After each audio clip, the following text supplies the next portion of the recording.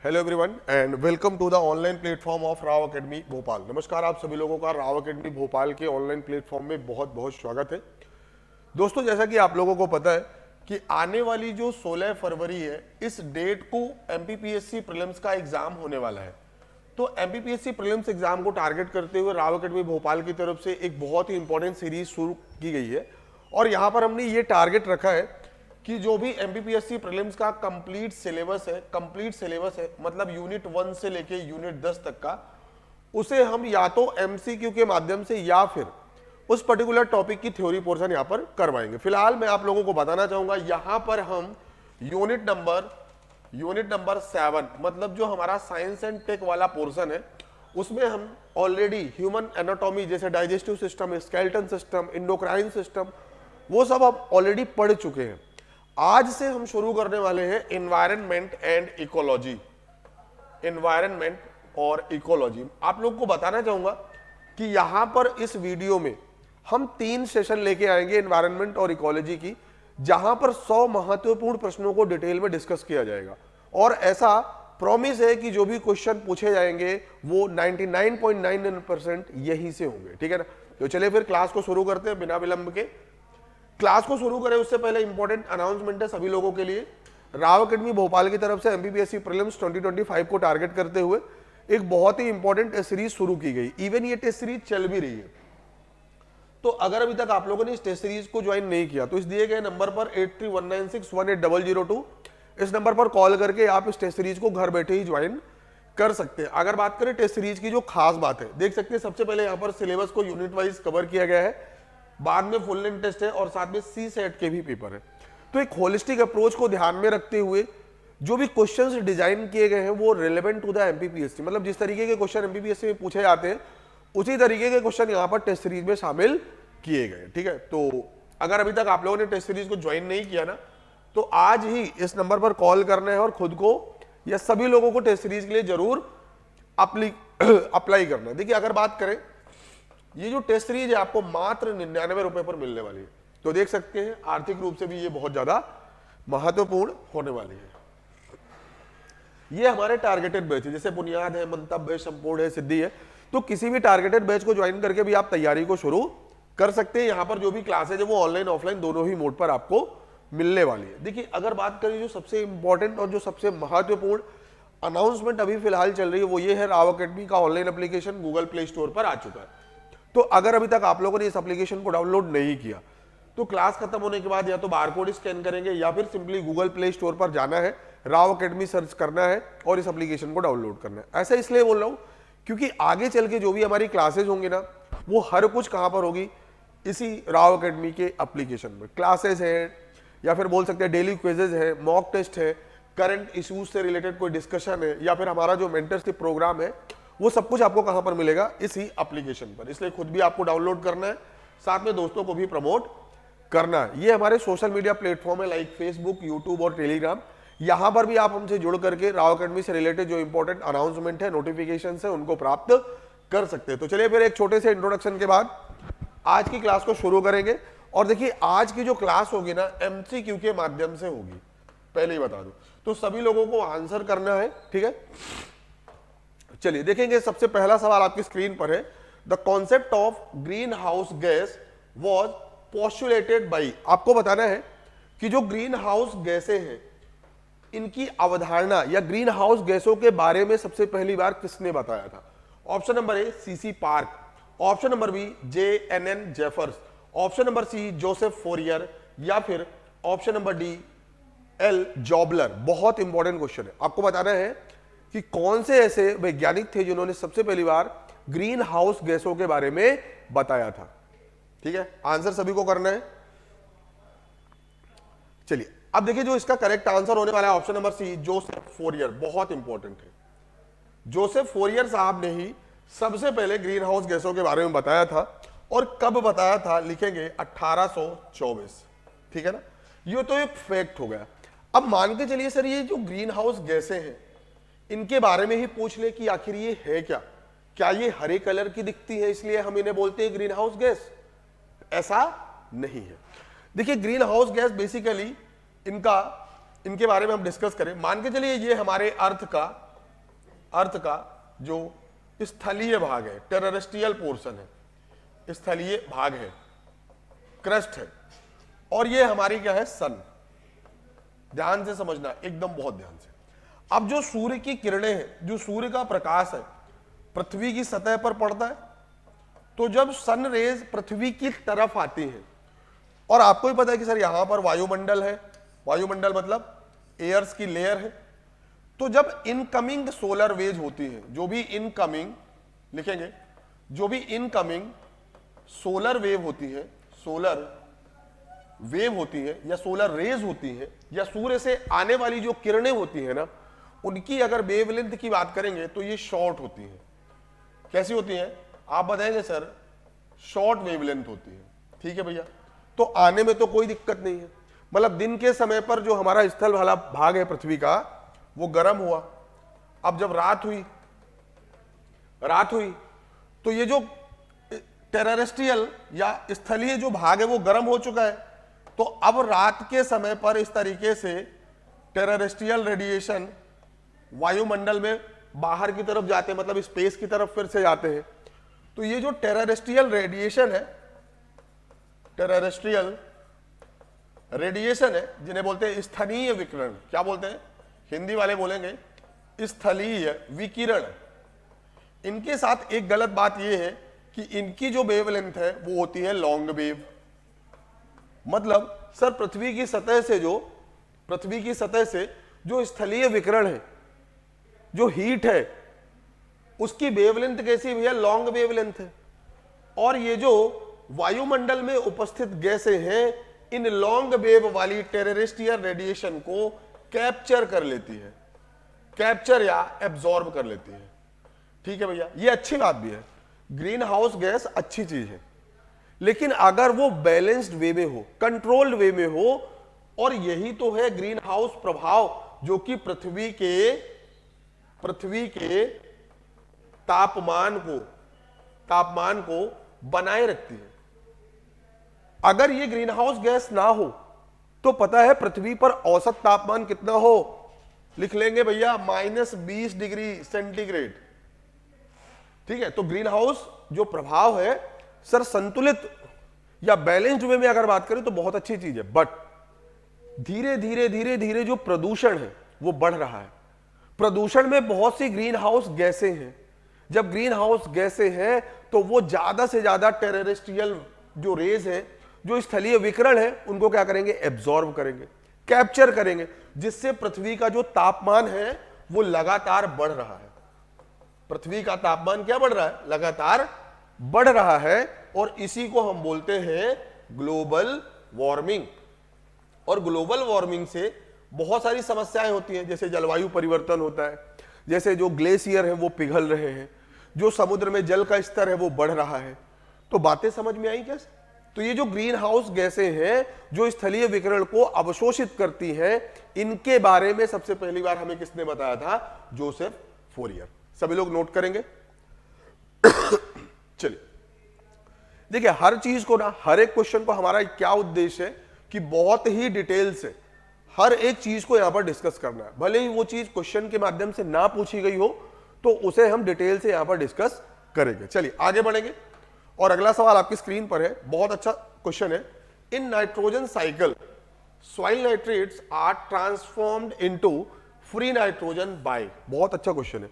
जो मिट्टी में नाइट्रेट्स उपस्थित होते हैं, उन्हें फ्री नाइट्रोजन में बदलने वाले जो बैक्टीरिया होते हैं, उन्हें क्या बोलते हैं? अब ये क्वेश्चन आपको अगर सॉल्व करना है या आपको इसका आंसर पता करना है, मतलब इसके लिए सर सबसे पहले तो मुझे नाइट्रोजन साइकिल पता होना। चलिए सभी लोग आंसर करेंगे।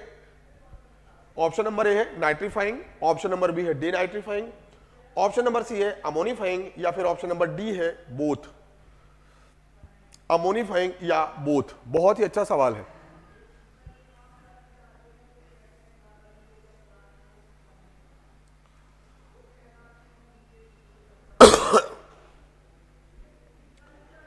चलिए देखिए, इसका जो correct answer option number B, denitrifying bacteria. सबसे पहले समझते हैं, अगर मैं आपको एकदम शॉर्ट में बताऊं कि यहां पर हमारा वायुमंडल है, चीजों को नोट करते चलेंगे। वायुमंडल मतलब एटमॉस्फेयर है। अब देखिए, जो एटमॉस्फेयर है, यहां पर जो नाइट्रोजन है वो N2 मतलब मुक्त नाइट्रोजन या फ्री नाइट्रोजन के फॉर्म में है, इसे बोलते हैं सर फ्री नाइट्रोजन। अब नाइट्रोजन का साइकिल मतलब क्या है? नाइट्रोजन वायुमंडल से इकोसिस्टम में इंटर करेगा और फिर इकोसिस्टम में different stages, different food cycle से इंटर करते करते करते करते फिर से कहां पर पहुंचेगा सर? वायुमंडल में, और एक पूरा का पूरा चक्र पूरा होगा, उसे बोलते हैं नाइट्रोजन साइकिल। आइए समझते हैं। सबसे पहले जो नाइट्रोजन है, वायुमंडल में जो घुली हुई नाइट्रोजन है उसे सबसे पहले किस में कन्वर्ट करते हैं? उसे सबसे पहले अमोनिया में कन्वर्ट करते हैं। किस में कन्वर्ट करते हैं भैया? अमोनिया में। किस में कन्वर्ट करते हैं? अमोनिया में। किस में कन्वर्ट करते हैं? अमोनिया में। ठीक है ना? अब देखिए जो अमोनिया है, अमोनिया से क्या बनाए जाते हैं? नाइट्रेट्स। अमोनिया से क्या बनाए जाते हैं? नाइट्रेट्स। अमोनिया से बनेंगे नाइट्रेट्स, और नाइट्रेट्स ही है जो पूरे के पूरे इकोसिस्टम में, जैसे जो आप लोग प्रोटीन सुनते हैं बेसिकली वो अमीनो एसिड है। अमीनो एसिड ब्रेक होके ना आगे चल के क्या बनेगा? Free nitrogen. ठीक है ना? तो ये नाइट्रेट्स होते हैं। अब यही नाइट्रेट्स आगे चल के जो कि मिट्टी में प्रेजेंट है वो कहां पहुंच गए भैया? डिफरेंट इकोसिस्टम, या बोल सकते हैं जो भी फूड साइकिल है, यहां से होते हुए वही नाइट्रेट्स बाद में वायुमंडल में फ्री नाइट्रोजन के फॉर्म में पहुंच जाते हैं। क्या बातें क्लियर है?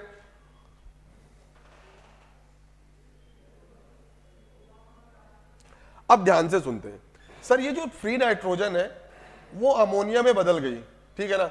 इसी को बोलते हैं अमोनीफाइंग। क्या बोलते हैं? अमोनीफाइंग। मतलब सर नाइट्रोजन को अमोनिया में बदलने वाले जो बैक्टीरिया उन्हें बोलते हैं अमोनीफाइंग। और इन दोनों का नाम याद रखना है, इनको एक साथ बोलते हैं डायाजोट्रॉफ। डायोजोट्रॉफ। एक का नाम है एजोटोट्रॉफ और दूसरे का नाम है राइजोबियम। राइजोबियम सुना होगा आप लोगों ने, राइजोबियम।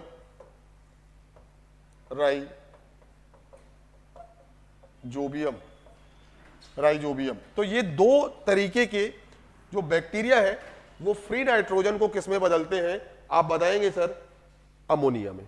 अब हमें अमोनिया से क्या बनाना है? नाइट्रेट्स। इसे बोलते हैं नाइट्रीफाइंग। क्या बोलते हैं? Nitrifying bacteria. मतलब अमोनिया से क्या बनाना है? नाइट्रेट, तो उसे बोलते हैं नाइट्रीफाइंग बैक्टीरिया। Nitrifying bacteria. और इस बैक्टीरिया का नाम याद रखना है नाइट्रोसोमोनास। ये याद रखें, नाइट्रोसोमोनास। क्या बातें क्लियर है? नाइट्रोसोमोनास। नाइट्रोसोमोनास। अब देखिए यहां पर हम नाइट्रेट्स बन गए। नाइट्रेट्स हमेशा मिट्टी में उपस्थित होते हैं, फिर मिट्टी से हरे पौधों में, मतलब प्रोड्यूसर में, प्रोड्यूसर से कंज्यूमर में, और इस तरीके से होते होते होते होते फिर से वायुमंडल में ये नाइट्रोजन पहुंचती है विघटन या डिकम्पोजर की वजह से। जितनी भी साइकिल है ना वो मोस्टली कंप्लीट करने वाले जो हमारे कंपोनेंट्स है वो कौन होते हैं? डिकम्पोजर, अपघटक बोलते हैं। क्या बोलते हैं? अपघटक। ठीक है ना? अब देखिए ये जो नाइट्रेट्स है उसे फ्री नाइट्रोजन में बदलने वाले को क्या बोलते हैं? डीनाइट्रीफाइंग। क्या बोलते हैं? डीनाइट्रीफाइंग। नाइट्रेट से क्या फ्री नाइट्रोजन बनाना है उसे बोलते हैं क्या? डीनाइट्रीफाइंग। और इनके दो नाम याद रखना है, एक को बोलते हैं क्लॉस्ट्रोडियम, इंपॉर्टेंट है, क्लॉस्ट्रोडियम, और एक है सूडोमोनाज। सूडोमोनाज। ये सभी के सभी क्या है भैया? बैक्टीरिया है। ये सभी के सभी क्या है? बैक्टीरिया। तो एक बार चीजों को फिर से समअप करेंगे। सर जो फ्री नाइट्रोजन है उसे सबसे पहले अमोनिया में बदला जाता है और इसे बोलते हैं अमोनिफिकेशन। और ऐसा करने वाले जो बैक्टीरिया है वो कौन है? अमोनिफाइंग बैक्टीरिया। इन्हें हम और क्या नाम देते हैं? डायोजोट्रॉफ, क्योंकि ये दो है, एक का नाम है अजोटोट्रॉफ और एक का नाम है राइजोबियम। और आपको भी पता है जो दलहन फसलें हैं जो लेगुम्स कहलाती हैं उनमें हमेशा नाइट्रोजन फिक्सेशन का काम ज्यादा होता है क्योंकि राइजोबियम वहां पर पाया जाता है। ठीक है, अब अमोनिया से हमें क्या बनाना है सर? नाइट्रेट्स। इसे बोलते हैं नाइट्रीफाइंग या नाइट्रिफिकेशन। तो नाइट्रिफिकेशन के लिए जो बैक्टीरिया रिस्पॉन्सिबल है उसे बोलते हैं नाइट्रीफाइंग बैक्टीरिया। और एक ही नाम याद रखना है सर, नाइट्रोसोमोनास। फिर अब ये जो नाइट्रेट्स है जो कि मिट्टी में है, जो कि हमारे इकोसिस्टम में है, अब इसे फिर से हमारे वायुमंडल तक लेके जाना है as a free nitrogen, in the form of free nitrogen. तो इस प्रोसेस को बोलते हैं सर डीनाइट्रिफिकेशन। और ऐसा करने वाले को हम क्या बोलेंगे सर? Denitrifying bacteria. क्या बोलते हैं? Denitrifying bacteria. और इसके दो नाम याद रखना है, क्लोस्ट्रोडियम और दूसरा है सूडोमोनास, बहुत इंपॉर्टेंट है। तो देख सकते हैं एक पूरा साइकिल पूरा हो गया, वायुमंडल से अमोनिया, अमोनिया से नाइट्रेट, नाइट्रेट से फिर से फ्री नाइट्रोजन, और इसी को हम बोलते हैं नाइट्रोजन चक्र। नाइट्रोजन चक्र। बातें क्लियर है क्या सभी को? चलिए स्क्रीनशॉट लेंगे सभी लोग, और अगर कोई डाउट होता है वो चीज भी आप लोग पूछेंगे।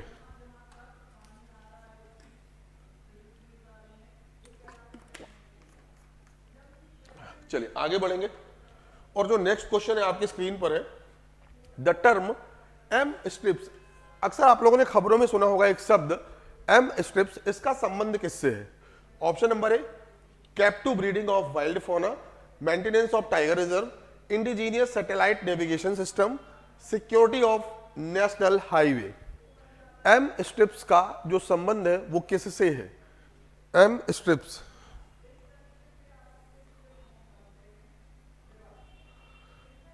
चलिए देखिए, जो इसका क्वेश्चन है ना, जो करेक्ट आंसर है वो है option number B, maintenance of tiger reserve. आइए समझते हैं जो एम स्ट्रिप्स है।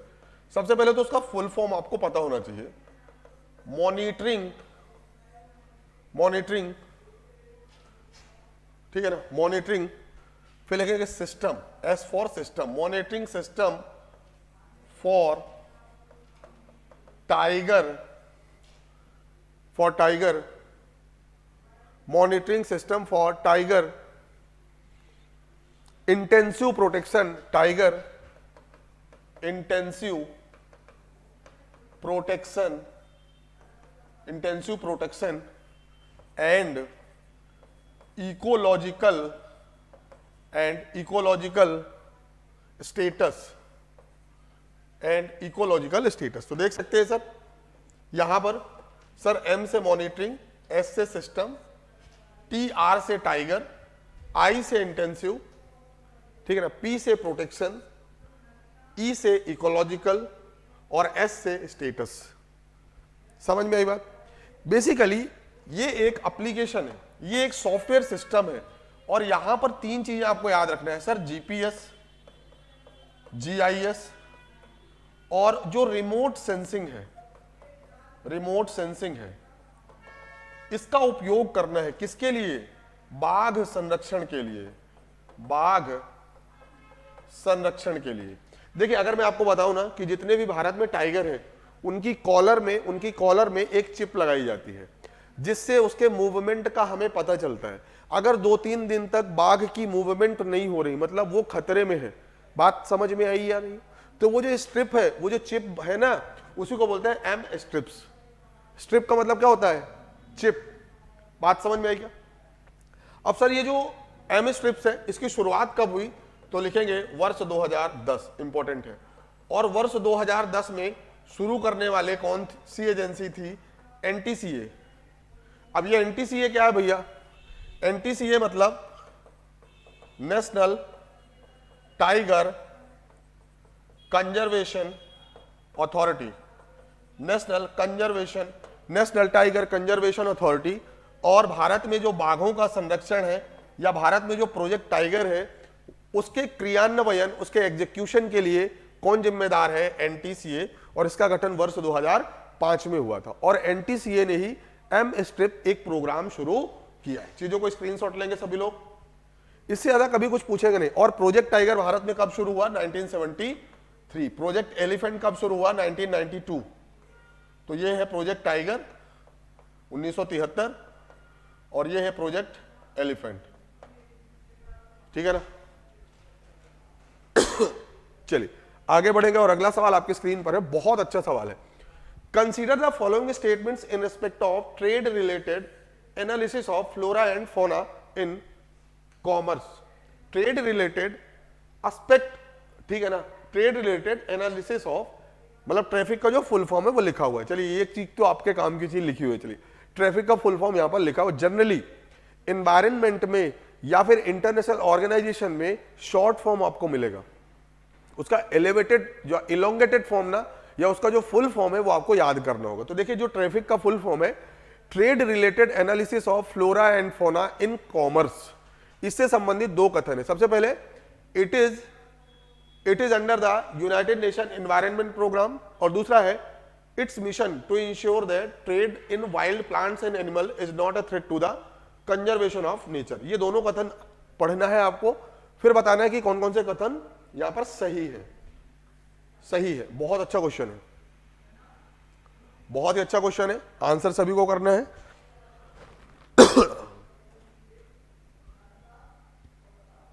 चलिए देखिए अगर बात करें, चीजों को डिस्कस करें, तो इसका जो correct answer option number B only 2, इसका जो आंसर है ऑप्शन नंबर बी ओनली 2। आइए समझते हैं। सबसे पहले जो ट्रैफिक है, जो ट्रैफिक है ट्रेड रिलेटेड, ये एक ब्यूरो नहीं है, ट्रैफिक एक एनजीओ है।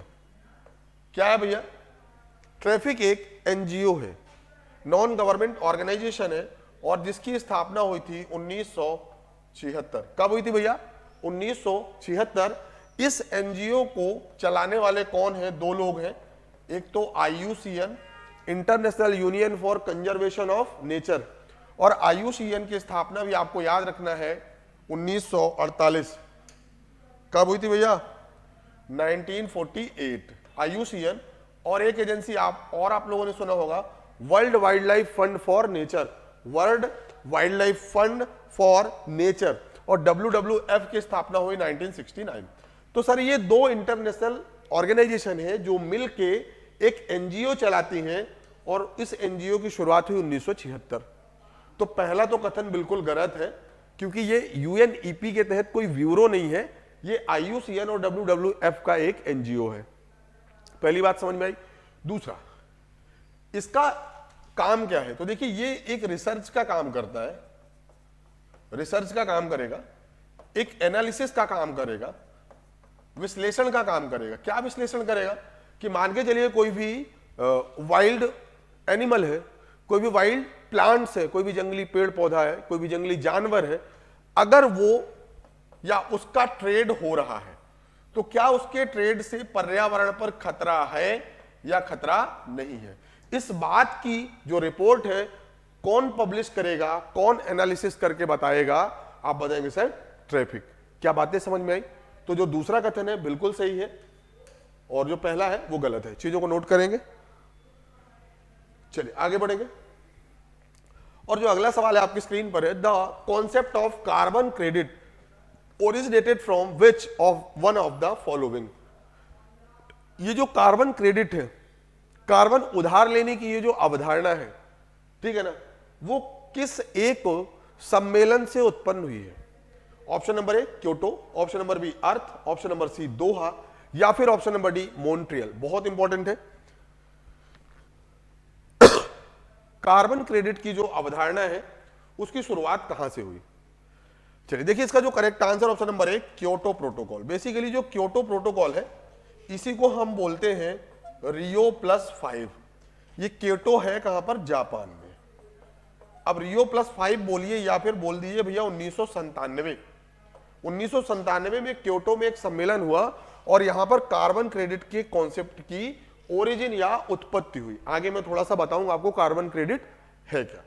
फिलहाल अगर अर्थ समिट की बात करेंगे तो इसी को बोलते हैं रियो समिट या रियो कॉन्फ्रेंस। रियो कॉन्फ्रेंस, और ये कब हुई भैया? 1992। इसी को अर्थ समिट भी बोलते हैं। क्या बोलते हैं?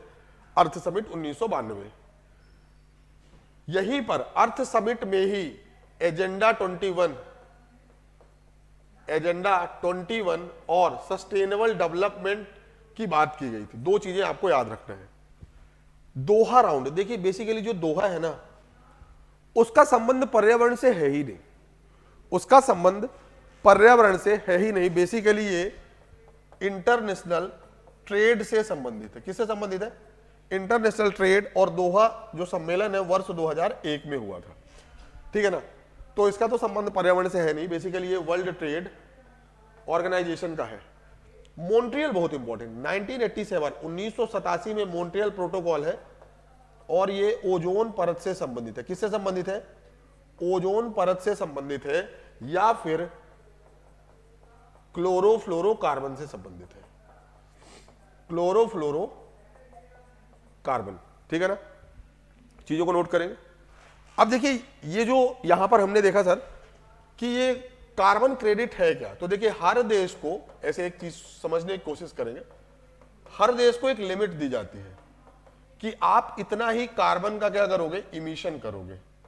अब आपको ही पता है कि जितना विकसित देश होगा उतना वहां पर औद्योगिक गतिविधियां होंगी, और जितनी ज्यादा औद्योगिक गतिविधियां होंगी उतना ज्यादा कार्बन का क्या होगा, इमिशन होगा।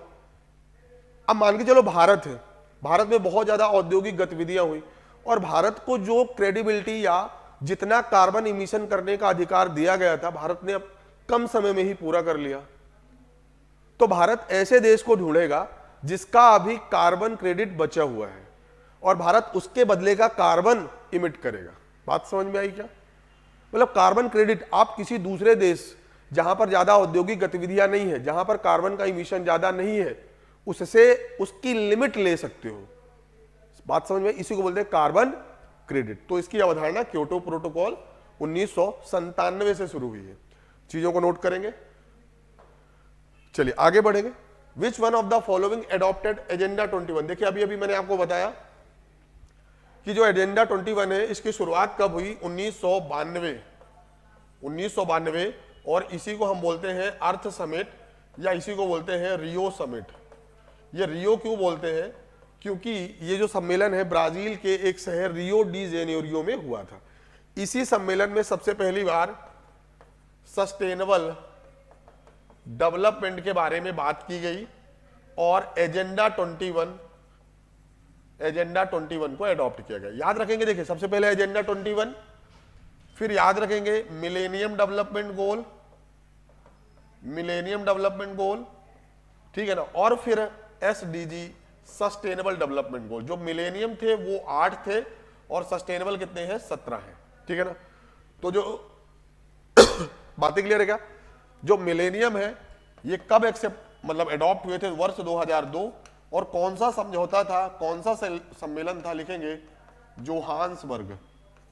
जोहान्सबर्ग। इसी को बोलते हैं रियो प्लस 10। क्या बोलते हैं? रियो प्लस 10। और एसडीजी की बात करेंगे सर 2012 है। एक्चुअल में इंप्लीमेंट कब हुए? 2015 है, पर फॉर्मुलेशन कब हुआ? 2012। और इस सम्मेलन का नाम है रियो प्लस 20, क्योंकि फिर से रियो डी जेनेरियो में ये आयोजन होता है। बातें क्लियर है क्या सभी को? तो देखिए summit on the sustainable development, sustainable development के लिए कौन सी समिट आपको याद रखना है सर? जोहान्सबर्ग, सॉरी कौन सी है? रियो 2012। मॉन्ट्रियल प्रोटोकॉल अभी अभी हमने देखा सर 1987, और किसके लिए है? ओजोन के लिए। क्योटो किसके लिए? Carbon credit 1997। देखिए एमपीपीएससी में एक सम्मेलन जरूर पूछा जाता है, तो इस तरीके से आपको प्रिपेयर करना है। सबसे पहले एजेंडा 21, फिर मिलेनियम डेवलपमेंट गोल्स, फिर sustainable development goals. Millennium development goals कितने थे भैया? 8। सस्टेनेबल डेवलपमेंट गोल्स कितने हैं? 17। चीजों को नोट करेंगे।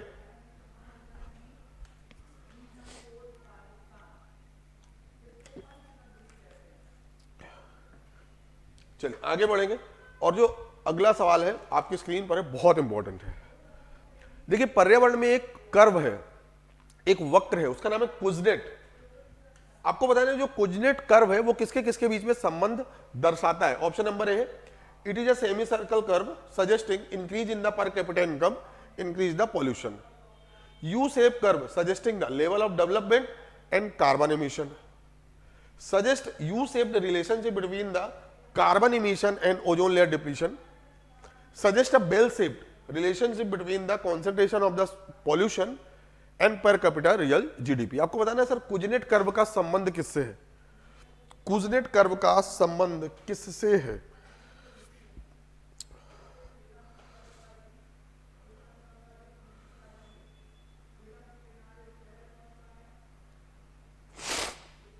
चलिए देखिए इसका जो correct answer option number D. अब देखिए जो कुजनेट कर्व है बेसिकली ये दिखता कैसे है, मैं आपको बताने की कोशिश करूंगा। कुजनेट कर्व इस तरीके से आपको देखने को मिलेगा, ठीक है। एक तरफ क्या है, एक तरफ लिखेंगे रियल जीडीपी या इसी को बोल सकते हैं पर कैपिटा इनकम, और एक तरफ है पॉल्यूशन। पॉल्यूशन मतलब पर्यावरण का जो डिग्रेडेशन। ध्यान से समझेंगे, ये इस तरीके से दिखता है, इस तरीके से। अब जब देखिए देश में कुछ भी उद्योग नहीं है, एक भी इंडस्ट्री नहीं है, मतलब एक भी पॉल्यूशन नहीं है, मतलब लोगों की जो इनकम है एक भी नहीं है। जैसे जैसे इंडस्ट्री लगेगी लोगों की इनकम बढ़ेगी और प्रदूषण भी बढ़ेगा। एक दौर आएगा जब से पूरा का पूरा क्या होगा, इंडस्ट्री पूरे देश में लगेगी, विकसित देश बनेगा। उस समय पर जो पॉल्यूशन है और जो इनकम है वो भी अपने कहां पर होगी, चरम पे होगी। एक टाइम के बाद जो इंडस्ट्रीज है अब वो डेवलप हो चुकी हैं, उनमें नई नई तकनीक आ चुकी है, तो एक टाइम होगा कि धीरे धीरे जो इंडस्ट्रीज है वो कम होगी, धीरे धीरे इंडस्ट्रीज कम होगी, ठीक है ना। पर लोगों की जो जीडीपी है ना वो उसी तरीके से बढ़ती रहेगी, लोगों की जो जीडीपी है वो बढ़ती रहेगी। क्यों? क्योंकि हमने नई तकनीक को अपनाया है। उसी को बोलते हैं पोस्ट इंडस्ट्रीज। ये वाला क्या है, इंडस्ट्रियल एरा, और ये क्या है, प्री इंडस्ट्रियल एरा। तो इस तरीके का ये जो मैप है इसी को बोलते हैं कुजनेट कर्व, और ये पर्यावरण क्षरण और पर कैपिटा इनकम या प्रति व्यक्ति आय में संबंध को दर्शाता है। क्लियर है क्या? चलिए आगे बढ़ेंगे और अगला सवाल आपकी स्क्रीन पर है कि कौन सी ऐसी गैस है जो चावल के खेतों से सबसे प्रमुख मात्रा में निकलती है। कौन सी ऐसी गैस है जो चावल के खेतों से आपको देखने को मिलेगी? Carbon dioxide, methane, carbon monoxide या फिर सल्फर डाइऑक्साइड। बहुत ही सिंपल सा क्वेश्चन है। देखिए इसका जो correct answer option number B, methane. ये तो सबको पता है कि सर चावल के खेतों से कौन सी ऐसी गैस है जो कॉमनली सबसे ज्यादा रिलीज होती है, वो है मीथेन। और मीथेन एक ग्रीन हाउस गैस भी है, याद रखेंगे, ग्रीन हाउस गैस भी है। चलिए आगे बढ़ेंगे और अगला सवाल आपकी स्क्रीन पर है। विच of the following condition indicate the impact of global warming. अब देखिए अगर देश में या पूरे विश्व में जो वैश्विक तापन है, जो ग्लोबल वार्मिंग है, मतलब टेम्परेचर पूरे विश्व का बढ़ रहा है धीरे धीरे, तो उससे कौन कौन सी चीजें आपको देखने को मिलेगी? बहुत सिंपल सा क्वेश्चन है, सभी लोग आंसर करेंगे, ठीक है। तो आइए क्वेश्चन को डिस्कस ही करते हैं। मेल्टिंग ऑफ द ग्लेशियर, बिल्कुल सही बात है सर, जो बर्फ है वो पिघलेगी। जब बर्फ पिघलेगी तो सी लेवल बढ़ेगा ना कि घटेगा, तो दूसरा तो गलत है। चेंज इन वेदर कंडीशन, बिल्कुल सही है सर, क्लाइमेट और जो मौसम है उसमें बदलाव देखने को मिलता है। और इवन आप लोग भी देख ही रहे हैं कि आज से 15 साल पहले जो मौसम है, जो क्लाइमेट है वो अलग था, अभी कुछ अलग है। Rise in the global temperature, बिल्कुल सही। तो 1, 3, 4 option number C will be the correct answer. Option number C will be the correct answer. चलिए आगे बढ़ेंगे और अगला सवाल, which of the following is not a water pollutant. बहुत अच्छा क्वेश्चन है। इन चारों में से बताना है कि कौन सा वाटर पॉल्यूटेंट या जल प्रदूषक नहीं है। जनरली एक चीज मैं आपको बता दूं कि इन चारों में जो चारों है ना वो जल प्रदूषक हैं, बट यहां पर कोई और शब्द नहीं जोड़ा गया कि इनके कोई भी कंपाउंड्स हैं, ठीक है ना।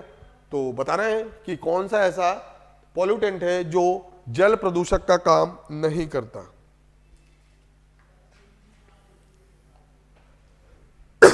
चलिए इसका जो correct answer option number C, nickel. देखिए बेसिकली जो निकेल है ना वो नॉर्मल कंडीशन में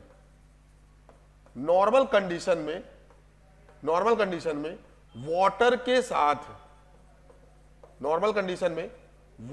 साथ वो रिएक्शन नहीं करता। जब पानी के साथ कोई रिएक्शन ही नहीं करता तो पानी में घुलनशील भी नहीं होगा, जब घुलनशील नहीं होगा तो प्रदूषण नहीं होगा। तो इन नॉर्मल कंडीशन, सामान्य परिस्थितियों में जो निकेल है वो जल प्रदूषक का कार्य नहीं करता। ये चीज आपको दिमाग में रखना है। आगे बढ़ेगा और अगला सवाल, use of the micro organism to remove pollutants such as oil spills in the water bodies is known as. मतलब मान के चलिए कि जैसे पानी है, पानी में ऑयल स्पिल्स हुआ तो हम माइक्रो ऑर्गेनिज्म का उपयोग करके उस जल प्रदूषण को खत्म कर देते हैं।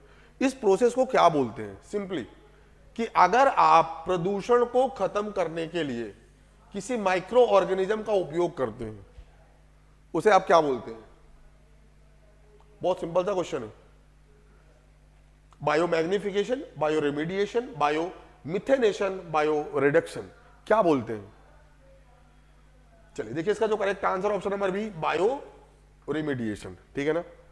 अगर आप पॉल्यूशन, जैसे मान के चलिए पानी में कोई प्रदूषण है, पानी में कोई प्रदूषण है, और इस प्रदूषण को खत्म करने के लिए आपने किसका यूज कर लिया? सूक्ष्म जीवियों का। सूक्ष्म जीवी जैसे कोई बैक्टीरिया है या कोई भी वायरस है। जनरली जो बैक्टीरिया होते हैं ना, वही हमारे काम के होते हैं जनरली। तो बैक्टीरिया का आपने उपयोग किया और पानी को आपने स्वच्छ कर दिया, पॉल्यूशन फ्री कर दिया। मतलब आपने पानी के साथ क्या किया?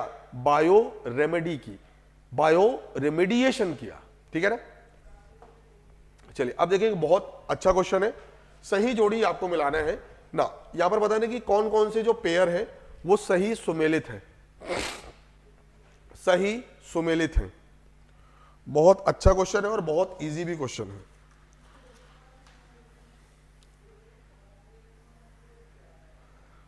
आंसर करेंगे सभी लोग, सही सुमेलित है।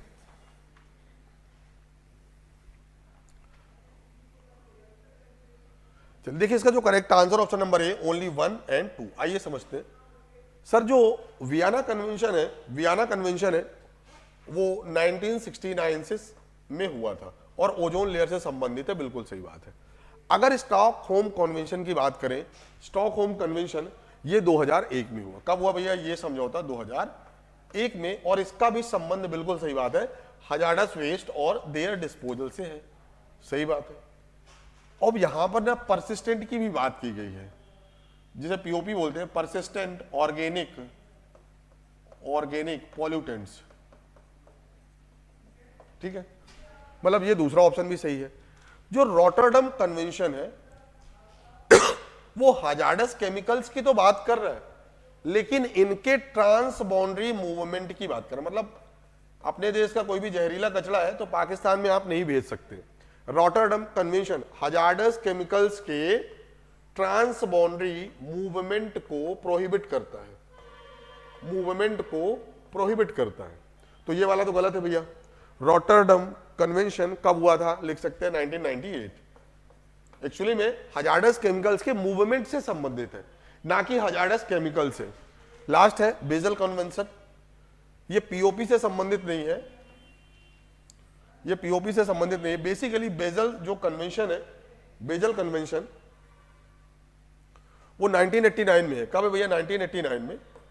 और किससे संबंधित है? तो लिखेंगे जो हजार्डस केमिकल्स हैं उनके ट्रेड से संबंधित है। किससे संबंधित भैया? ट्रेड से संबंधित है। ठीक है ना। क्या बातें क्लियर है सभी को? चीजों का स्क्रीनशॉट लेंगे सभी लोग। तो ये दोनों ऑप्शन गलत है और हमारा 1 और 2 will be the correct answer. चलिए आगे बढ़ेंगे। आगे बढ़े उसके पहले ना मैं आपको केवल एक ही चीज बताना चाहूंगा। राव अकेडमी भोपाल की तरफ से एक टेस्ट सीरीज शुरू की गई है, एमपीपीएससी प्रीलिम्स 2025 को टारगेट करते हो। तो अगर अभी तक आप लोगों ने इस टेस्ट सीरीज को ज्वाइन नहीं किया तो इस दिए गए नंबर पर कॉल करेंगे और टेस्ट सीरीज को सभी को ज्वाइन करना है। ठीक है ना।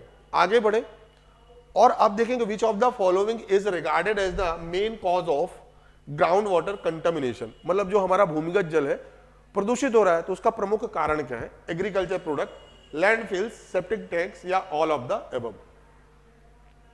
बहुत इजी क्वेश्चन है। इसका जो correct answer option number D, क्योंकि जो एग्रीकल्चरल प्रोडक्ट है, हम बहुत सारे पेस्टिसाइड्स, खाद है, ठीक है ना, केमिकल्स है, इनका यूज करते हैं, वो अल्टीमेटली नीचे जाके इकट्ठा होता है, पानी को प्रदूषित करता है। जो लैंडफिल्स हैं, जो सेप्टिक टैंक्स हैं, मतलब ये सभी क्या है? अंडरग्राउंड वाटर के पॉल्यूटेंट्स हैं। इजी क्वेश्चन था। आगे बढ़ेंगे। What does the high BOD, biological oxygen demand mean? मतलब अगर किसी भी पानी की ऑक्सीजन डिमांड ज्यादा है, जिसे बोलते हैं बायोलॉजिकल ऑक्सीजन, इसका मतलब क्या है? इसका मतलब क्या है? अगर किसी भी वाटर बॉडी की बीओडी बहुत ज्यादा है, इसका मतलब क्या है? बीओडी ज्यादा होने का मतलब क्या है? आंसर सभी करेंगे।